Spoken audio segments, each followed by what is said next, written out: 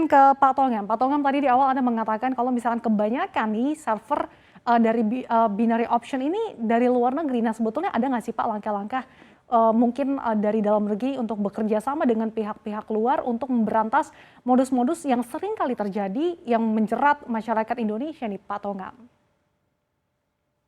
Ya, langkah-langkah kerjasama dengan pihak luar negeri memang perlu dilakukan, tetapi dengan tentu instansi secara struktural tentunya.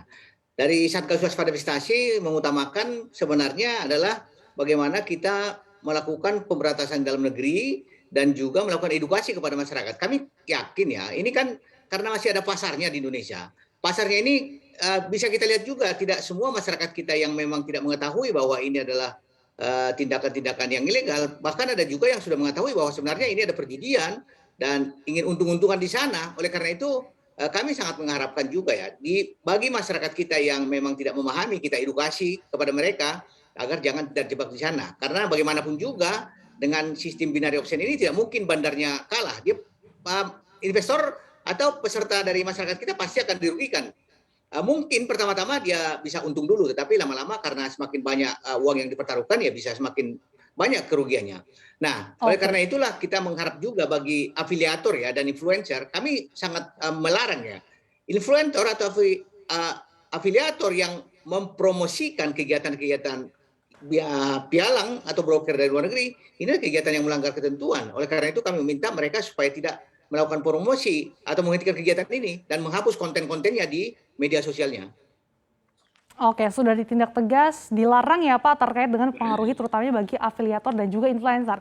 Saya ingin minta tanggapannya ke Pak Ibrahim. Pak Ibrahim, kalau misalkan dengan melihat peluang atau potensi terutama masyarakat Indonesia yang kebanyakan ini pengen cepet kaya. Nah, sebetulnya pandangan Anda terkait dengan influencer ataupun afiliator-afiliator yang memberikan konten-konten ini sepertinya tampaknya surgawi gitu ya dengan mendapatkan keuntungan yang banyak sekali gitu dalam waktu yang cepat.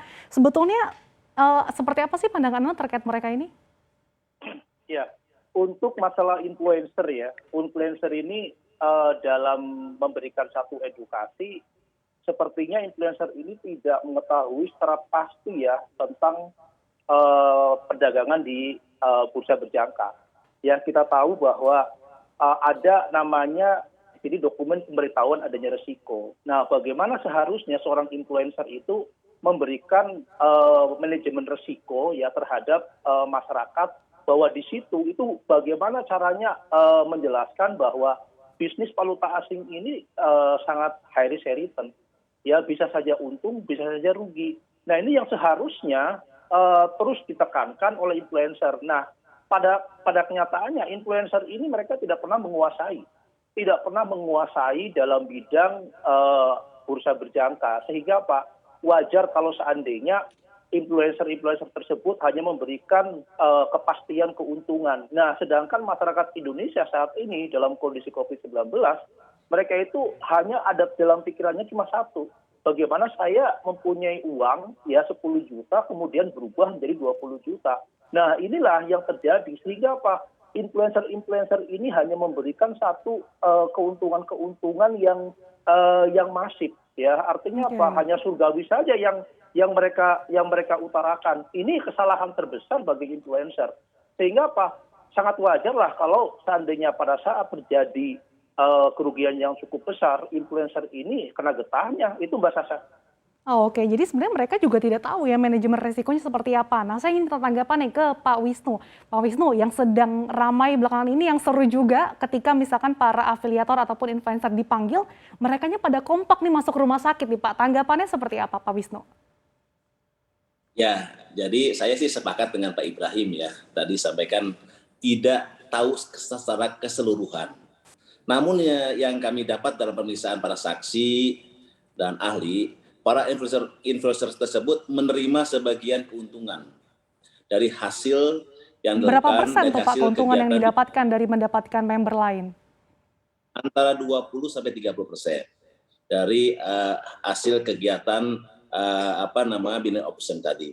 Jadi kalau sampaikan oleh Pak Togam tadi, jadi kalau seorang melakukan kegiatan binary option, contohnya apakah hari ini atau jam detik 2-3 menit ini dolar naik, kalau dia mau masukkan angka 100.000, Dan benar dia mendapatkan 100.000 tambah Oke. 70.000. Jadi Pak Wisnu, 170.000. maaf saya Tapi potong, kalau salah, dari para uang itu afiliator yang sedang dalam proses penyidikan ini, sudah ada nilainya belum sih Pak? Berapa sih keuntungan yang mereka dapatkan ini dari total semuanya? Ada berapa miliar atau mungkin sampai triliunan nih Pak Wisnu? begini Mbak, dalam proses penyelidikan kemarin kita berusaha mengundang afiliator, tapi tidak datang. Ya, kita mendapatkan keterangan dari saksi dan ahli, ya, sehingga kita belum memastikan berapa keuntungan yang diterima oleh afiliator. Yang pasti dari data informasi uang yang disalurkan itu ada sebagian masuk ke afiliator, ya, uang sebagian masuk ke afiliator yang cukup banyak. Sekarang bagaimana mungkin para afiliator itu bisa menunjukkan kekayaannya kalau dia tidak menerima sesuatu dari program ataupun masukan yang diberikan kepada masyarakat. Ini yang terjadi, bahwa mereka menerima dan mencicipi, ya, mencicipi uang hasil kegiatan binomo tersebut. Jadi kami berpendapat bahwa para afiliator tersebut mengetahui dan mendapatkan keuntungan, sehingga patut diduga dia sebagai tersangka juga. Oke, terakhir Pak, karena waktu kita terbatas, saya akan minta tanggapannya ke Pak Tongam. Pak Tongam, sebetulnya yang menjadi pertanyaan masyarakat adalah seperti apa nih nasib para korban binary option yang selama ini semakin banyak bermunculan, dan seperti apa sih, apakah kemungkinan uang yang kembali ini akan bisa kembali atau sebetulnya sangat kecil kemungkinannya Pak? Ya, di berbagai investasi ilegal yang kita tangani dan masuk proses hukum, memang uang yang dikembalikan oleh para pelaku ini ya tidak semuanya, tidak pernah ada 100%. Karena mereka sudah menggunakan dengan bonus-bonus atau melakukan pembelian yang tidak terkait dengan investasi itu sendiri, tentunya dengan mobil mewah, rumah mewah.